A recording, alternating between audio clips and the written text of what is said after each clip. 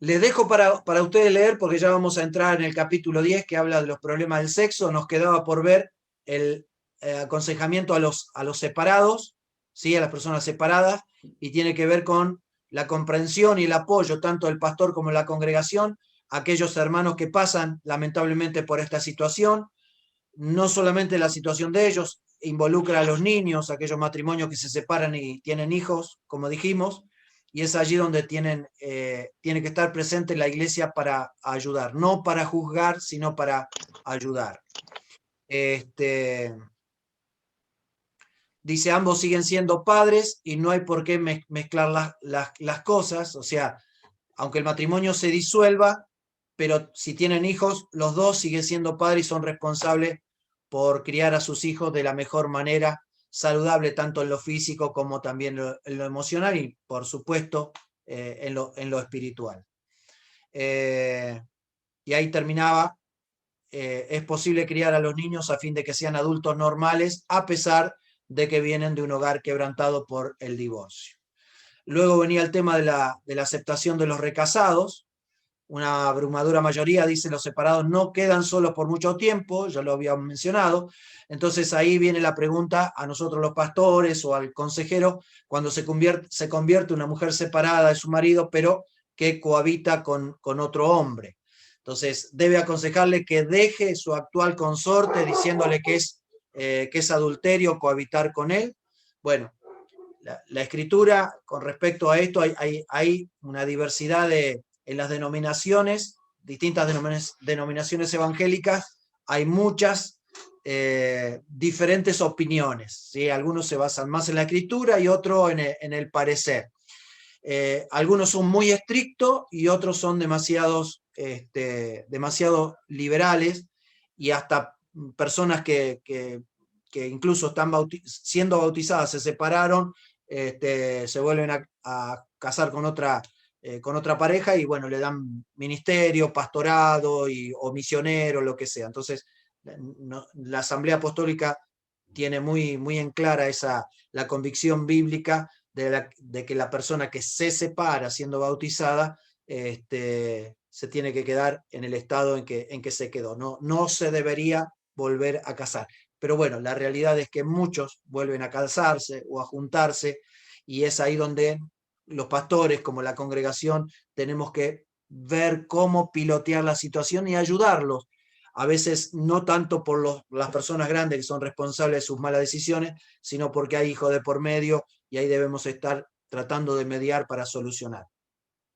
Hace muchos años atrás, en una iglesia evangélica cerca de la nuestra, una mujer vino a nuestra iglesia a congregarse y a preguntarme por qué donde ella se estaba congregando, estoy hablando 20 años atrás, ella ya hacía, miren ustedes, ya hacía 30 años que el marido la había dejado y que estaba juntada con hasta hace poquitos años salió la ley del divorcio, en ese entonces no había divorcio.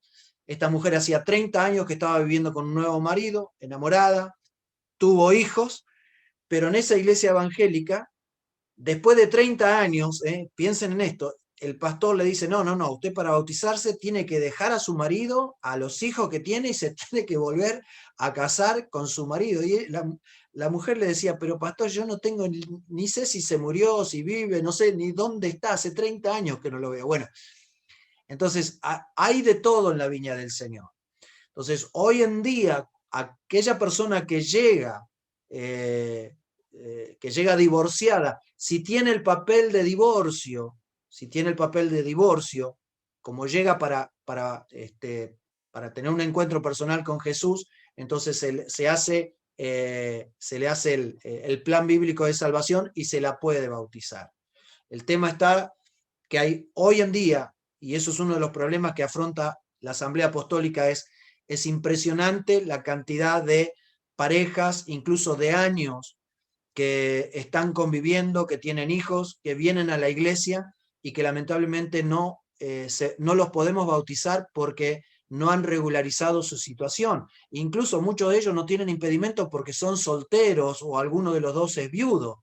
Sin embargo, uno de los dos que no es creyente, que no le llama la atención las cosas de Dios, no quiere pasar por el registro civil.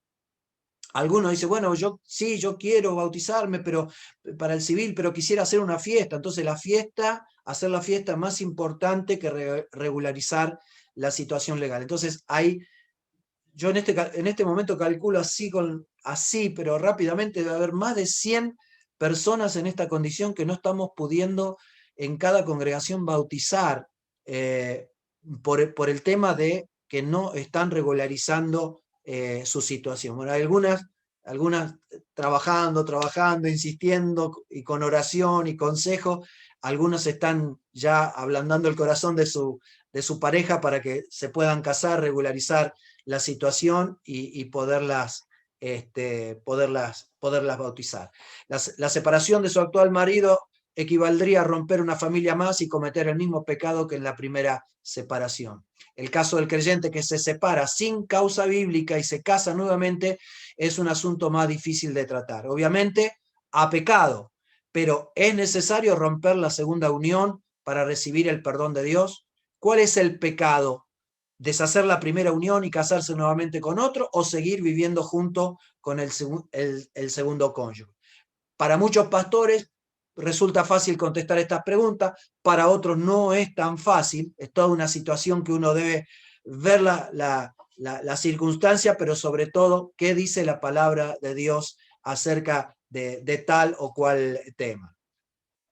Entonces, aquí por eso quería terminar esta parte del tema de los recasados, que hoy en día cada vez en las iglesias vienen en cantidades que no han regularizado su situación y que porque el problema es cuando vienen los dos buscando el Señor, se les da el estudio bíblico, se les aconseja y no hay ningún problema, pero cuando uno de ellos no quiere casarse es un problema, porque mientras no dé el paso de regularizar legalmente su matrimonio, la Asamblea Apostólica no puede o no debería bautizar en esas condiciones.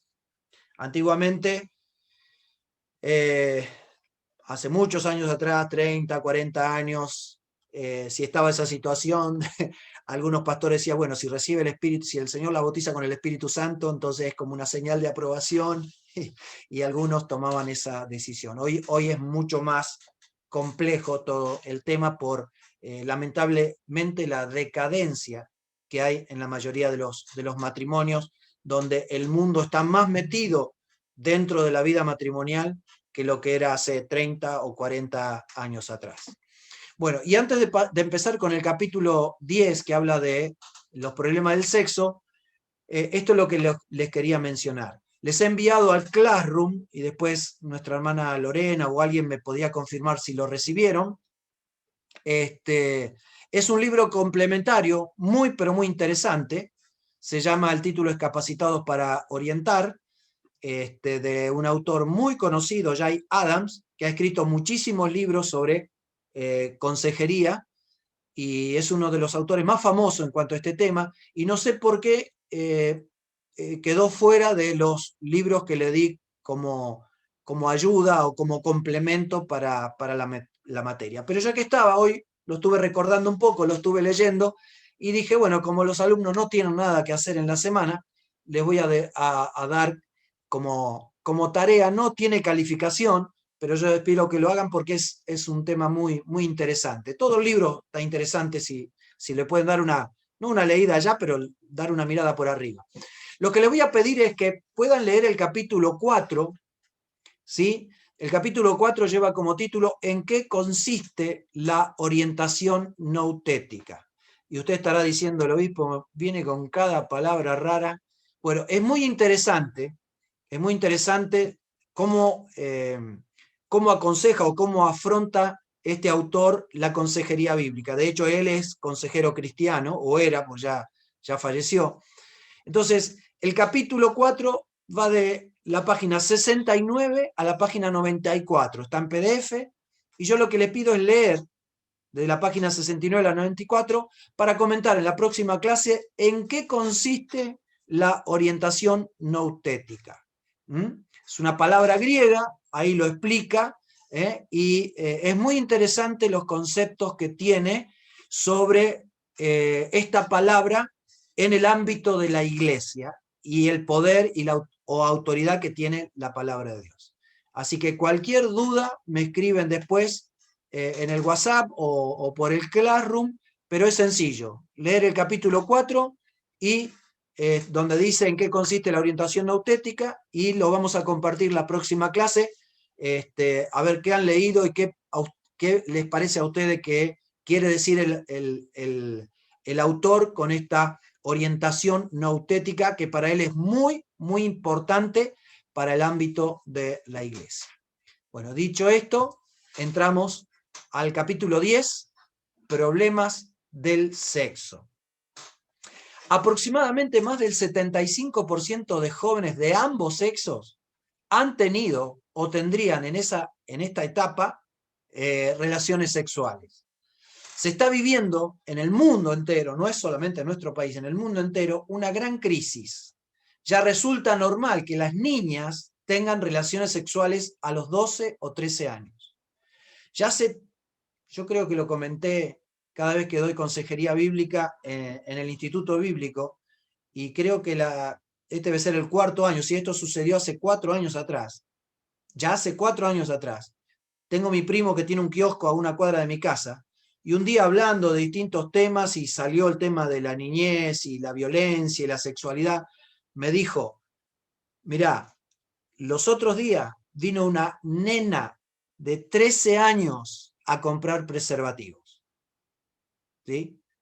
Y por el ambiente donde vive, por la casa donde vive, no era para los padres que le mandan a comprar como si fuera un paquete de galletitas, sino que era para ella. Así que fíjense ustedes, hace 4 años atrás. Es tremendo, tremendo el grave problema sexual que, vuelvo a repetir, el trasfondo espiritual que hay detrás de todo lo que se está viviendo en nuestro país tiene que ver con un severo trasfondo espiritual, por supuesto contrario al obrar de Dios. Es probable que exista una situación similar en muchas otras ciudades del Nuevo Mundo. El mundo presencia en nuestros días una verdadera explosión de manifestaciones, tanto de hombres y mujeres cuya vida sexual y sentimental ha tomado caminos desviados. Ha llegado a ser una arrolladora revolución sexual que todavía no ha alcanzado el clima, es decir, el punto más alto. El joven de hoy es estimulado sexualmente en forma constante. La humanidad del siglo XX, del siglo XXI, está obsesionado por el tema del sexo. Para esto, por supuesto, colaboran los medios masivos de comunicación, la internet, a través de distintas páginas, distintos sitios, los diarios, las revistas, la televisión, constantemente bombardeando con el tema sexual. Y al mismo tiempo, el joven o los jóvenes sufren un bombardeo de impulsos internos que tienen que ver con su vida sexual. Más que nunca, los jóvenes creyentes de hoy enfrentan problemas serios en cuanto a su vida sexual. Entonces es ahí donde el consejero, el asesor, debe estar preparado para ayudarnos. Y uno de los temas en el apunte que ustedes tienen es la masturbación. Según psicólogos y médicos, la mayoría de los muchachos la practican alguna vez en su vida, y también las chicas. Según estadísticas promedio, el 90% de los hombres, el 90% de los varones y el 70% de las mujeres se han masturbado en algún momento de sus vidas. La masturbación es la estimulación de los genitales mediante caricias para provocar sensaciones de placer y llegar al orgasmo. Es una forma de autogratificación y que generalmente desaparece en la última etapa de la adolescencia o cuando la persona comienza a tener relaciones sexuales. Puede ser, en algunos casos, un acto aislado en un momento de debilidad, pero también nos dice el apunte que puede ser un vicio si la persona lo practica compulsivamente, ya sea semanal o diariamente. Puede llegar a dominar al individuo, enredándolo en un círculo vicioso. Con frecuencia, la masturbación compulsiva es un síntoma de algún trastorno emocional, ya sea por un complejo de inferioridad, ya sea por sentimientos de inseguridad o de rechazo. Hasta no hace mucho se los amenazaba a aquellos jóvenes que tenían o que se masturbaban, se los amenazaba diciéndoles que se iban a quedar ciegos o impotentes, estériles, o que se iban a volver locos. La ciencia demostró que es errónea esa creencia. La masturbación no causa daño físico de ninguna clase. Después de practicarla, el individuo experimenta una sensación de soledad, de vacío, de culpa, de desilusión consigo mismo y de debilidad. Y todo, fíjense que todo esto no es nada de lo que Dios ha planeado como propósito para el hombre y la mujer. Si la Biblia no la menciona, debemos considerarla entonces, la pregunta, como un grave pecado.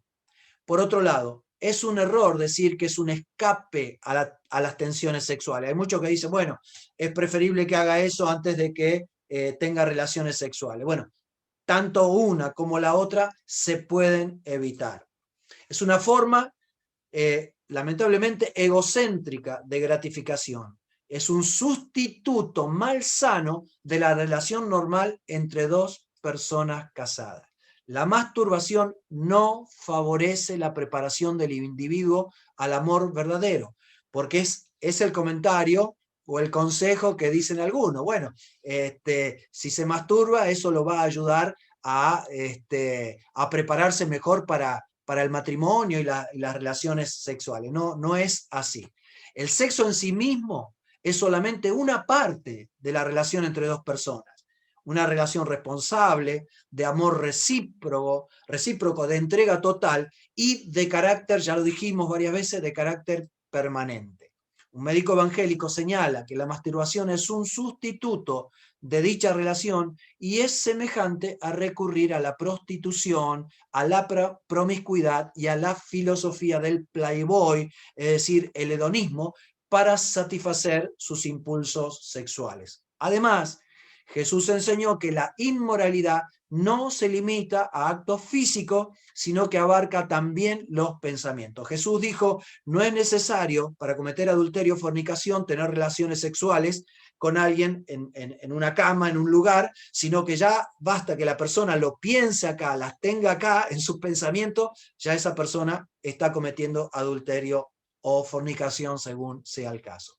Si un joven entonces con este problema viene al consejero buscando ayuda, veamos algunos principios para poder tener en cuenta. A.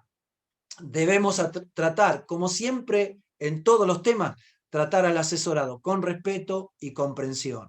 No debemos cargar sobre él con culpas, pues probablemente ya él mismo o ella se esté sintiendo culpable e indigna. Aumentar su culpa, ¿qué va a hacer? Lo va a debilitar más y va a fortalecer esa mala práctica. Señalará que es un pecado común entre los jóvenes y que es posible vencer, sobre todo si tiene a Dios de su parte. B. Si la práctica es compulsiva, puede ayudarlo a encontrar la inadaptación emocional que está produciendo ese problema. Narramore, el psicólogo que ya se ha mencionado muchas veces en el apunte, explica que los niños inseguros y desdichados a menudo procuran obtener placer y alivio a través de la masturbación, así como algunos, por ejemplo, dice él, se comen las uñas o se chupan el dedo pulgar. C. Debe animar al aconsejado a esforzarse para dominar sus impulsos. D. Debe darle sugerencias prácticas que puedan ayudarlo. Por ejemplo, el que recién mencionábamos, Jay Adam, dice, los asesorados vienen angustiados rogando que los ayude a vencer este hábito.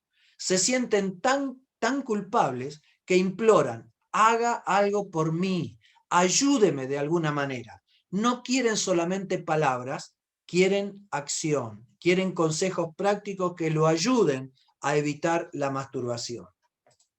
Se pueden hacer varias cosas para ayudar. Averiguar cuándo y dónde sucede con más frecuencia, si ocurre antes de dormir, animarlo a orar o hacer ejercicios vigorosos antes de acostarse. Aconsejarle que eche mano de la ayuda de Dios para enfrentar su problema, ya que él tiene que saber que la fuerza no está en él, no es tanto la fuerza de voluntad, pues no podrá vencer sus propias fuerzas. Necesita, por lo tanto, rendirse incondicionalmente a Dios para poder experimentar una renovación, sobre todo de su mente y de su corazón. Debe señalarle cómo controlar, cómo poder hacer para controlar los pensamientos, tratar de desviar la atención que los llevan a tomar la decisión de la masturbación y cómo poder ocuparse en cosas buenas. Necesitará encontrar actividades sanas que puedan llenar ese vacío en su vida y actividades que lo aparten de la influencia de este vicio. Así está escrito en Filipenses 4, el consejo bíblico dice: todo lo que es verdadero, todo lo honesto, todo lo justo, todo lo puro, todo lo amable, todo lo que es de buen nombre, si hay virtud alguna, si algo digno de alabanza, en esto pensar. Se dice que la mente desocupada es el taller del diablo. Si no nos ocupamos en las cosas buenas y espirituales, el enemigo nos va a llevar los pensamientos, nos va a llenar de pensamientos malsanos. Relaciones prematrimoniales y madres solteras. Siempre ha existido el problema de los embarazos en mujeres solteras, pero jamás en tan grandes proporciones como hoy. Hoy vemos a niñitas de 14, 15 años quedar embarazadas. La, entre comillas, revolución sexual llama la atención en todo el mundo. Los medios, la publicidad, constantemente están invitando a los jóvenes a experimentar y después viene la angustia. No hay nada nuevo ni nada hermoso en engendrar hijos fuera del matrimonio. ¿Por qué? Porque no es el propósito de Dios. Algunas otras razones mencionadas en otros capítulos fue idea errónea. Satanás usa mucho argumentos de mentira y engaño para llevar a los jóvenes a la inmoralidad. La completa libertad sexual es una vía que conduce a la disolución, al divorcio, en muchas oportunidades, a enfermedades venéreas, algunas de ellas que llevan a la muerte, y a vidas completamente destrozadas. A veces los padres lamentablemente fracasan. ¿Por qué? Porque no enseñan a sus hijos los valores y las normas de conducta que tienen que tener entre los sexos. Otros no dan a sus hijos el afecto necesario y la atención que ellos necesitan. La presión social y el deseo de ser aceptado por sus compañeros es tan fuerte que lamentablemente muchos sucumben ante la inmoralidad. Los que siguen resistiéndose a pesar de las presiones quedan aislados muchas veces del grupo, los califican de locos o anacrónicos, es decir, antiguos. Vos sos antiguo, eso era para antes. La curiosidad puede llevar a los jóvenes a experimentar relaciones sexuales porque quieren saber de qué se trata, y algunas chicas a veces han buscado el embarazo para obligar a su pareja al casamiento o forzar a que sus padres consientan a llevar adelante un matrimonio en el cual no estaban de acuerdo. Algunos buscan relaciones ilícitas para demostrar que ya son adultos. Ahora bien, ¿cómo aconsejar a las madres solteras? Es raro que una pareja con relaciones prematrimoniales recurra a su pastor para consejo. Son los padres los que por lo general buscan ayuda por su hija embarazada. No buscan ayuda cuando están tomando malas decisiones, sino que cuando quedó embarazada, ahí vienen llorando al pastor que necesitan ayuda, necesitan consejo. Muchos padres vienen solo para pedirle que los case rápidamente. Entonces ahí viene la pregunta: ¿qué debe hacer el aconsejado? No debemos juzgar a la pareja. Una vez más, fíjense que en toda situación no estamos para juzgar, sino considerar cómo esa oportunidad nos da la posibilidad de ministrar en esa situación a las necesidades de esa situación y hacerlo en el nombre de Jesús. Por regla general vienen con sentimientos de sorpresa, de culpa y también de miedo. Algunas mujeres se sienten tan manchadas que piensan que no son dignas de ser esposas de ningún hombre. Otras no pueden enfrentar la vida y empiezan a tener pensamientos de suicidio o de abortar a ese niño. Entonces la tarea del asesor no termina con la restauración espiritual de los culpables. Debe aconsejarlos sobre los próximos pasos a dar, considerar lo que sea mejor para los jóvenes, la situación de los padres y el futuro del bebé por venir. El hecho de que se le diga a los jóvenes como se hacía antiguamente se hacía así, aún en el ámbito de la iglesia: bueno, han pecado, está embarazada, bueno, se tienen que casar. Y se forzaba una situación donde probablemente uno de los dos no tuviera un amor, ¿verdad? Y a la larga, al paso de los meses o de los años, esa relación se iba a romper porque no estaba fundada en algo que es central para la vida matrimonial y familiar, que es el amor entre dos personas. Entonces será necesario orientar a los padres de la madre soltera a que comprendan a sus hijas, a que la puedan perdonar y que la sigan amando, porque a pesar del pecado sigue siendo hija de papá y de mamá. Por lo general las madres son más allegadas a sus hijas, tienen otra manera de mirar las cosas. Pero los padres, los varones, entre comillas, los hombres, muchas veces he tratado muchísimas veces, lamentablemente, con padres que no han querido perdonar a su hija que ha quedado embarazada. Y el problema está que si la familia no la guía, no la ayuda en esa situación, va a caer en otro lugar donde lamentablemente va a ser tal vez tratada, despreciada, o incluso, lamentablemente lo hemos visto en las noticias, caer en lugares donde la reciben muy amablemente, pero después la llevan a aquellas personas que realizan la trata de blancas, la llevan a la droga, a prostituirse, para poder comercializar con sus cuerpos. Entonces la madre soltera muchas veces necesita del consejero para tomar decisiones claras y correctas. La pregunta, ¿debe casarse con el joven que engendró a su hijo? Esto va a depender de muchos factores. ¿Son compatibles? ¿Cuál es la actitud de los padres? ¿Están los jóvenes en condiciones económicas para establecer un hogar y con la venida de un hijo, con todo lo que eso implica? Entonces es algo muy importante. Punto 4, infidelidad marital. En este punto, pocas cosas hieren más que saber que su cónyuge ha sido infiel. Todo esto produce rechazo, enojo, celos y desprecio. A veces son heridas que nunca sanan en la persona que ha sido traicionada. La Biblia la considera como uno de los peores pecados, pues viola el pacto matrimonial y puede, de hecho, en muchos casos, destruir a la familia. La infidelidad provoca casos de divorcio y proporciona la razón bíblica para deshacer la unión matrimonial. Y, por supuesto, es allí donde el consejero hará un esfuerzo para salvar el matrimonio, aún en casos de adulterio. ¿Por qué un cónyuge llega a entablar relaciones íntimas con una tercera persona fuera del ámbito del matrimonio? Sus aventuras, en algunos casos, sostienen su yo, o están acostumbrados a la inmediata gratificación de sus deseos sexuales que difícilmente puedan limitarse a una sola mujer. Algunos, lamentablemente por mala comunicación o por continuos pleitos o regaños, continuamente esto hace que los impulse a buscar consuelo en otra persona.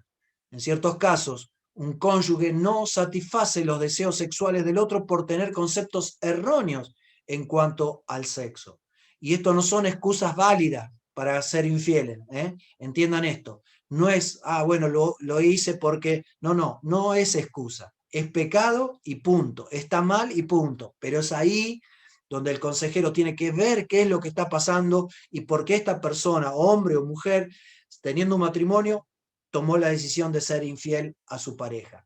Hay hombres que, por ejemplo, consideran el sexo como algo biológico y mujeres que lo consideran algo sucio que tienen que soportar. A veces, el lamentable aburrimiento en los matrimonios motiva a que uno de los esposos busque fuera del hogar tener aventura con otras mujeres.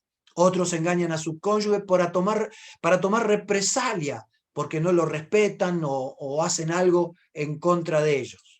El adulterio por parte de la mujer produce sentimientos de culpa y de ansiedad, llanto, insomnio y frigidez en cuanto a restablecer las relaciones sexuales en el ámbito del matrimonio.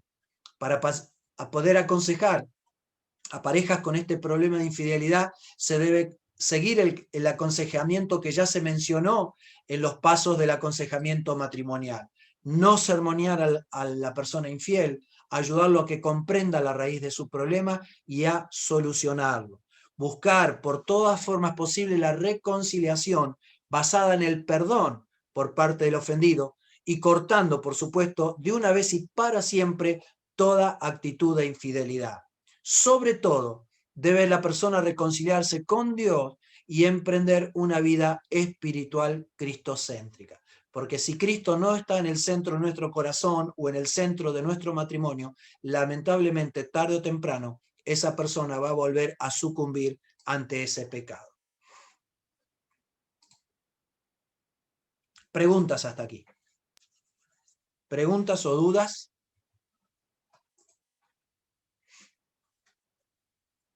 Escucho ofertas, pago contado. ¿No hay dudas? Ok. Continuamos entonces. Vamos rapidito porque tenemos que ir al cumpleaños de Joel, que nos está esperando con algo rico. Muy bien, punto 5 del apunte que ustedes tienen: perversiones sexuales y homosexualidad. Aquí les voy a, quiero que presten atención a este tema. No voy a mencionar mucho la palabra homosexualidad, ¿sí? Porque el año pasado, cuando grabamos los videos para la materia, nos censuraron el video que hablaba de este tema, ¿sí? O sea, vieron cómo es Google y todas estas empresas que leen con algoritmos, están leyendo continuamente y donde encuentran que se repite esa palabra, están diciendo acá hay discriminación. Entonces, para no correr el riesgo de que nos anulen el video este que se está filmando, entonces no voy a mencionar esa palabra lo más que pueda para evitar que se produzca esto. La orientación sexual se clasifica casi siempre en función del sexo de las personas en relación con otro. Una persona heterosexual es aquella que está inclinada hacia el sexo opuesto. El hombre se inclina hacia la mujer. El homosexual se inclina hacia la persona del mismo sexo. El bisexual le da lo mismo uno u otro sexo, o sea, tener relaciones sexuales con sea un hombre o una mujer. El asexual es aquel que le falta una clara orientación sexual. Y el pansexual es aquel que le interesan todos. Incluye a personas con ambigüedad sexual, transexuales, transgéneros y hermafroditas. La persona demisexual es aquel que no siente atracción sexual hasta que realmente se enamora de alguien. Grados para este tema. Fíjense que no estoy mencionando la palabra. Grados para este tema. Hay diferentes y distintos grados de este tema. Está la que se conoce como exploratoria y se da particularmente en la niñez, en los juegos exploratorios, en la niñez y en el inicio de la adolescencia, porque es algo que está latente hasta que el hombre o la mujer define claramente a través de su comportamiento qué sexualidad va a practicar conforme a cómo ha nacido. Está la que se conoce como latente. Existe una atracción hacia el mismo sexo, pero es reprimida, es aguantada la práctica de estos actos homosexuales. Está la que es situacional y circunstancial, por ejemplo, la que lamentablemente se practica en las cárceles. La persona es violada en un ambiente carcelario y es usada como una mujer. Y están los que tienen este tema en cuanto a preferenciales. La persona que tiene la conducta bisexual con contactos esporádicos en uno u en otro, ¿sí? Y está la homosexualidad que es constitucional o exclusiva, donde directamente es practicada al 100% con la persona de sexo opuesto. Es el 5% de los hombres y el 2,5% en las mujeres. Las perversiones sexuales, ahí en el apunte que ustedes tienen, son desviaciones sexuales en la que un individuo obtiene, sea un hombre o una mujer, obtiene satisfacción sexual aparte de la que pueda obtener en la unión normal entre un hombre y una mujer. Entre estas perversiones hay varias. Una de ellas es personas que sienten irresistibles impulsos a exhibir sus genitales para excitarse de manera sexual. Por otro lado están los observacionistas, que reciben placer sexual contemplando cuerpos desnudos o a personas que están teniendo sexo y ellos se encuentran de alguna manera escondidos mirando por una rendija, por un agujerito o algo y ellos se excitan al ver a otros tener relaciones sexuales o ver esos cuerpos desnudos. Está el fetichismo, que son las personas que sienten placer sexual por objetos inanimados, como por ejemplo ropa interior, las medias o zapatos del sexo opuesto al que tiene esta persona que es fetichista. El sadismo, ¿qué es el sadismo? Es el gozo sexual, increíble, el gozo sexual al hacer sufrir a otra persona que paradójicamente y entre comillas se quiere en la mayoría de los casos. Se manifiesta causando dolor físico como sufrimiento mental, insulto, humillación, etcétera, etcétera, a la ocasional, entre comillas, víctima, ¿sí? Porque en realidad no es una víctima, sino que está accediendo a esta práctica sádica. Así que es algo tremendo, gozo sexual en esa situación, algo tremendamente diabólico. Puede tener este sadismo grados de intensidad. Puede comenzar por un simple placer sádico torciendo el brazo y llegar hasta el goce sexual al azotar, al pegarle sin misericordia a su pareja. Por otro lado, tenemos el masoquismo, que la persona encuentra placer sexual al sufrir dolor o golpes o al someterse a la cólera, es decir, al enojo del otro o de la otra y a los insultos que le pueda proferir. Y el bestialismo es la lamentable desviación sexual que se caracteriza por tener ciertas personas, relaciones sexuales con animales. Las actividades sexuales con niños, algunos creen que es lo mismo la pederastía que la pedofilia, y no es lo mismo. La pederastía es el abuso sexual de niños. En cambio, la pedofilia es aquellos que tienen atracción sexual con niños que no necesariamente hacen abuso sexual. Los dos son aberraciones, son perversiones sexuales que lamentablemente cada vez se están dando más en todas partes del mundo. Y ustedes ven, hace poquito, personas profesionales, médicos que estaban en altos cargos en hospitales y todo eso, se dedicaban, aprovechando su profesión, para sacar fotos y filmar a niños y a niñas para luego subirlos a ciertas páginas o venderlos a personas que se dedican a la pornografía infantil. Tremenda, tremenda aberración. Y este tema que venimos hablando es la aberración en que los individuos sienten atracción sexual hacia personas del mismo sexo. Se considera que las perversiones sexuales surgen generalmente de complejos formados en la niñez.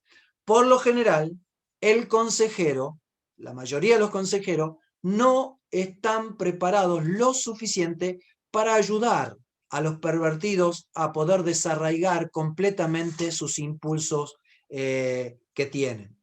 Pero puede ayudarlos, puede orientarlos, guiarlos a que dominen sus tendencias, especialmente si el asesorado practica el tema que les menciona ahí en el apunte.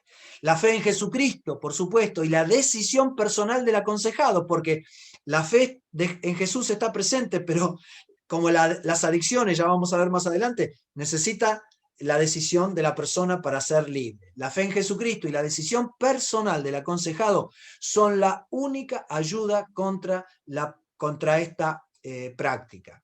La Biblia considera esta práctica como un pecado gravísimo, como la evidencia de la degeneración del hombre totalmente separado de Dios. Y ahí están los textos de 1 Timoteo, 1 Corintios y Romanos capítulo 1. Fíjense que este tema no es de ahora, no es de nuestra generación. Ya hace 2000 años atrás el apóstol Pablo, y lean el capítulo 1 de Romanos, como es algo que viene arrastrando la humanidad desde tiempos inmemoriales. Este tema tiene distintos grados. Están, por ejemplo, los invertidos absolutos, que están en la cima, al tope de la escala, y para ellos solo su propio sexo presenta atractivo sexual en tanto que el sexo opuesto les inspira indiferencia y en algunos casos hasta desagrado. Algunos tienen modales y visten ropa del otro sexo, pero lo asombroso, la mayoría de ellos no dan indicios de serlo.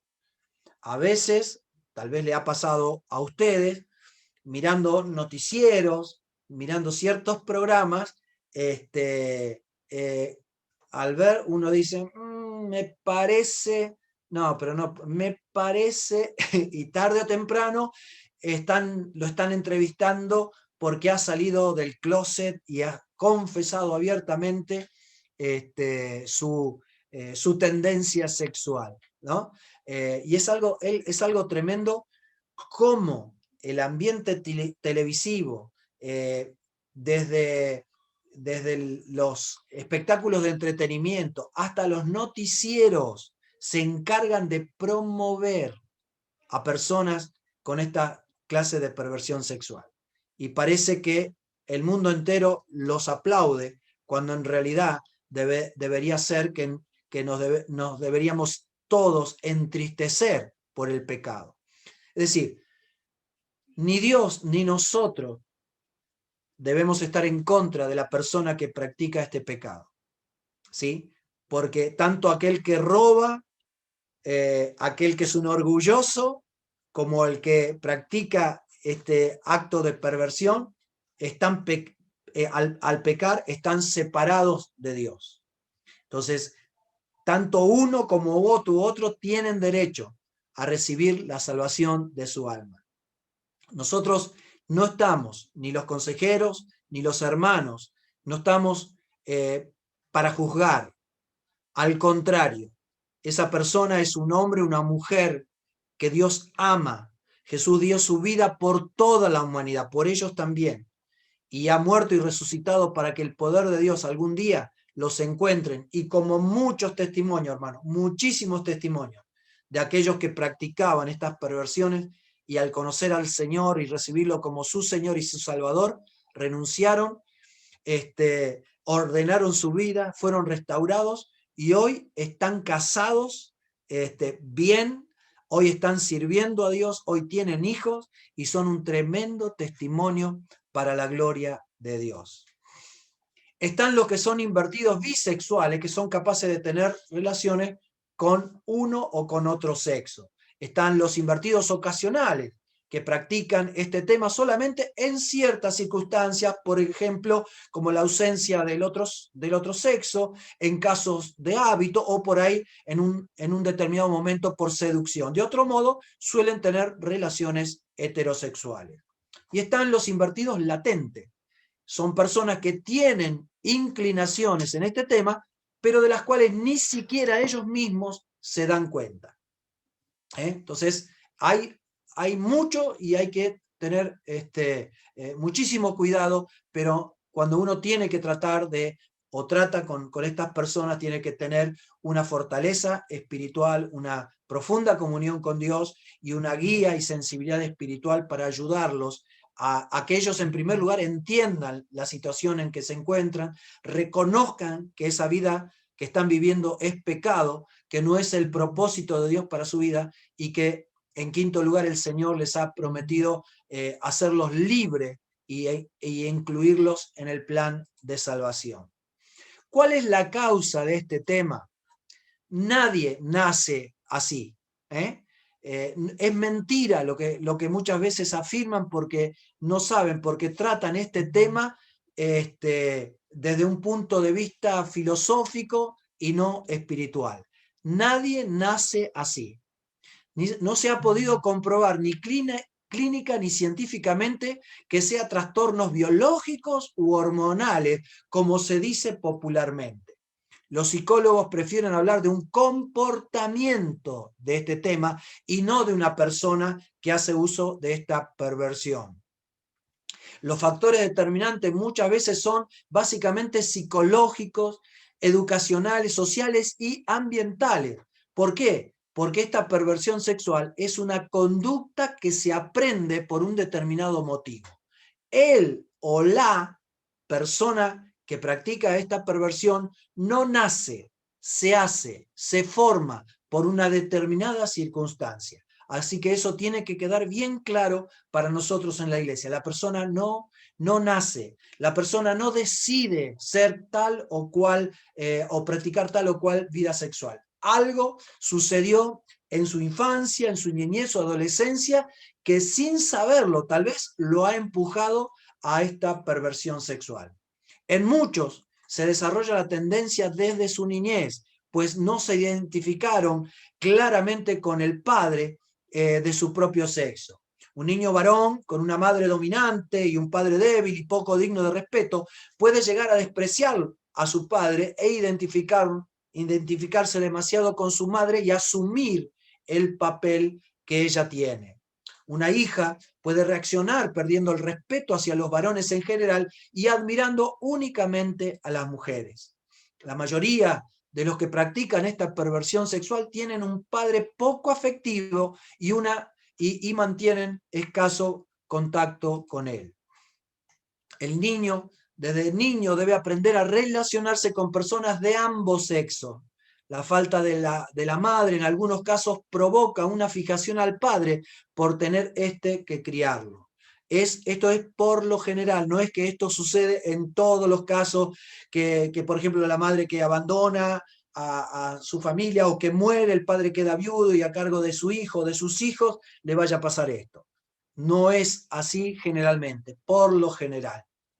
En los casos en que se da esta perversión sexual, en la mayoría de los casos, en lo que he leído y en lo que hemos tenido charla, las personas han sido violadas, han sido abusadas sexualmente cuando eran niños o cuando eran adolescentes. Y lamentablemente eso generó un trastorno emocional y por supuesto espiritual que lo lleva cuando es grande a decidir vivir una vida contraria conforme al propósito sexual con el cual Dios lo creó y lo llamó.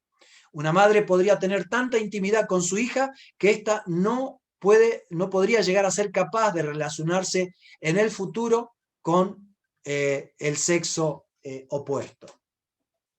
También se ha visto en muchos casos la sobreprotección que ejercen algunas madres sobre sus hijos. Está bien que las madres deben proteger a sus hijos, pero la sobreprotección puede ser dañina, haciendo que se bloquee la independencia y haciéndolos perder el sentido de identidad, sus valores y también, por supuesto, su capacidad de decidir por ellos mismos. Ahora bien, ¿existe liberación para esta perversión sexual? Por supuesto que sí. Primera de Corintios 6:9 dice claramente, esto eras alguno, eran quienes practicaban la delincuencia, que practicaban la violencia, que practicaban las perversiones sexuales, más, dice la Escritura, ya habéis sido lavados, ya habéis sido santificados. John Waginger, que mencionamos hoy más temprano, dice, es la experiencia de muchos consejeros que los que practican estas perversiones sexuales, tanto hombres como mujeres, que son motivados a cambiar, realmente cambian. Un estorbo grande para muchos es que no quieren, fíjense, un estorbo grande para muchos es que no quieren ser liberados. Naturalmente, el primer paso para poder lograr ser libres es convertirse completamente a Cristo. Esta perversión sexual tiene mucho poder de influencia, por eso preste atención a esto, porque no conviene que los jóvenes de nuestras iglesias aconsejen a personas con esta perversión sexual, porque por lo general terminan perdiendo. Se necesita, aquellos que van a aconsejar, se necesita que sean hombres, en el caso de los varones, y mujeres, en el caso de las mujeres que practican esta perversión que se llama lesbianismo, se necesitan que sean personas maduras, llenas del Espíritu Santo, fortalecidas en el Señor y que tengan clara convicción del poder de la palabra de Dios para ayudar a esta persona. El peor error que se puede cometer es darle a algún joven que vaya a ayudar a alguien con esta perversión. Es un alma que Cristo ama y que desea salvar, como dijimos, teniendo cuidado de que realmente haya frutos genuinos de arrepentimiento. O sea, la persona acepta a Cristo, pero después necesita una supervisión de parte del pastor o quien él designe, de supervisar cómo avanzan las semanas y los meses acerca de su comportamiento, si realmente hay un verdadero arrepentimiento o fue algo superficial o un camuflaje para meterse en medio de los jóvenes y producir un desastre. El consejero tiene motivos para regocijarse ante el hecho de que tiene a su disposición los mejores recursos para ayudar a personas que tienen problemas sexuales.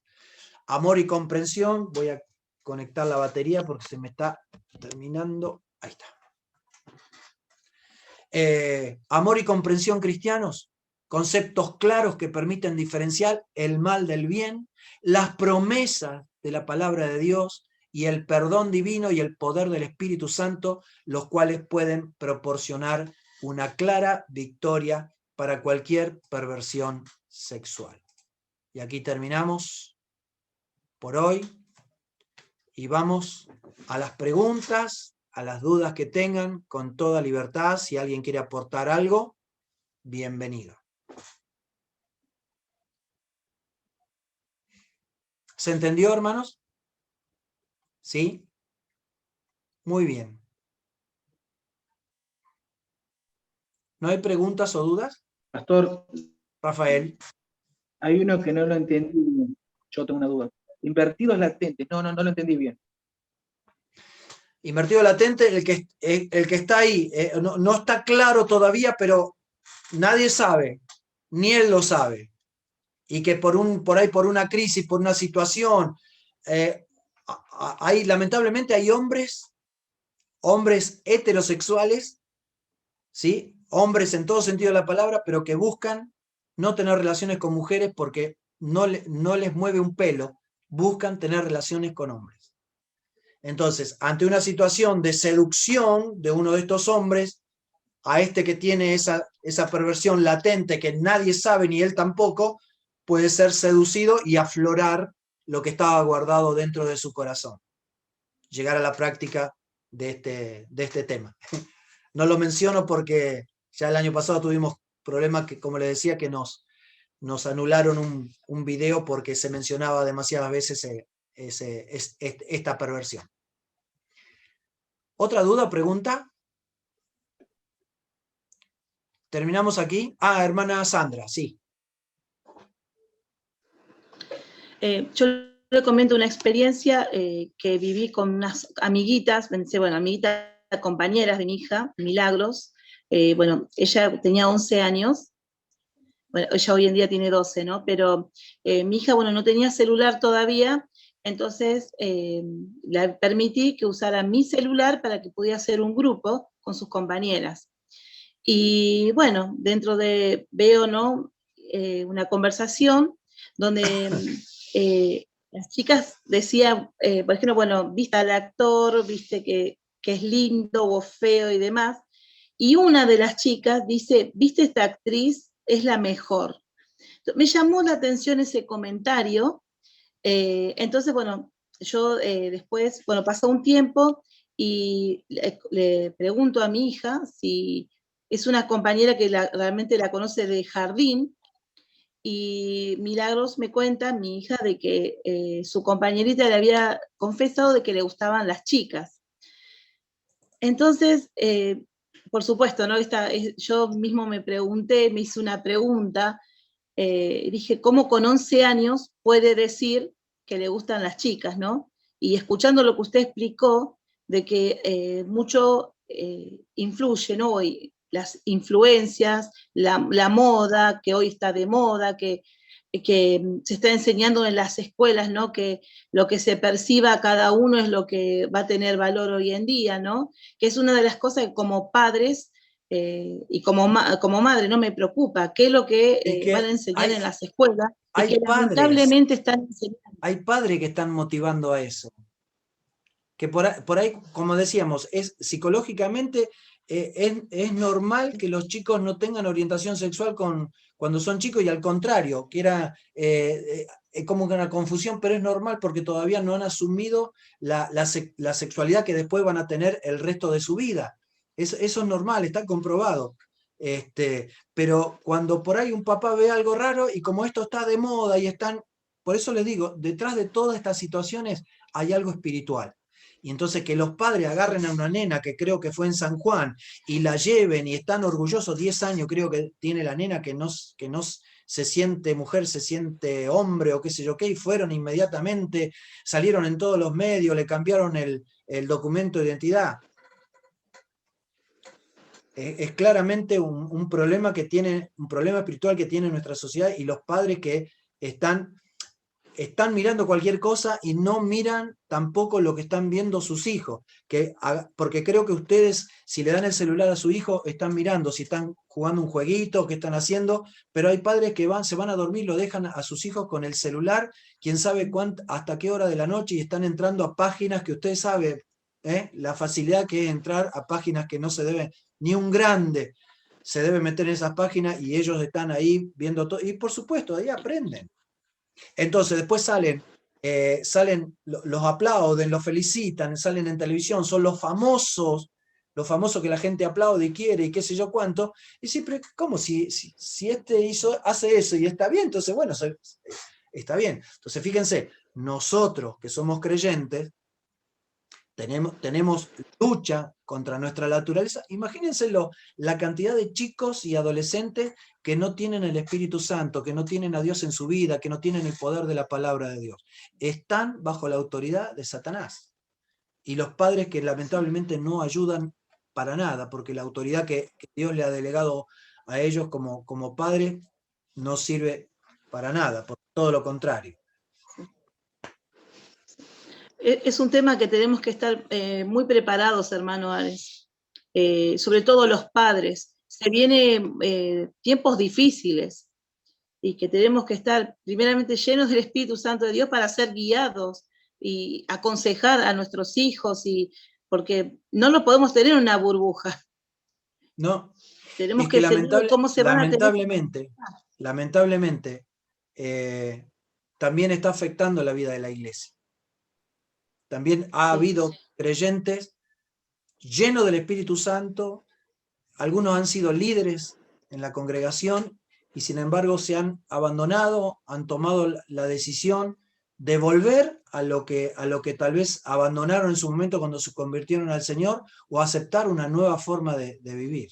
Entonces no es una elección de vida, es una perversión, lisa y claramente. Y a veces hay creyentes que dicen amén, amén, que está todo bien. No, no está todo bien. Si Dios dice que no, es no y punto. No, para Dios no hay medios grises, no hay medias tintas, no hay un poquito sí, un poquito no. O es sí o es no. O está mal o está bien.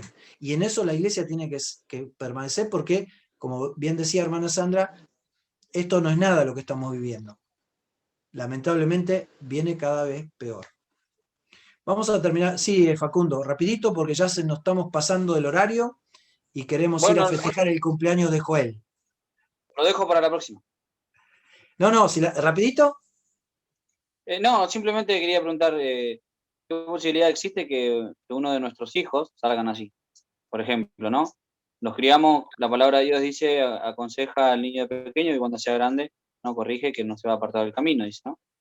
Pero ellos en su debido tiempo, un ejemplo estoy dando, ¿no? O sea, Sí. se pueden apartar ellos, por ejemplo, una vez que salen ya de nuestro hogar, por ejemplo, cumplen 21, 22 años, siempre tuvieron eso en su corazón, nunca se lo dejaron a Dios, y en el momento que pudieron salir del cascarón, por decirlo así, se liberaron y como dice la palabra, creo, ¿no? Que Dios le dio una mente reprobada, ¿no?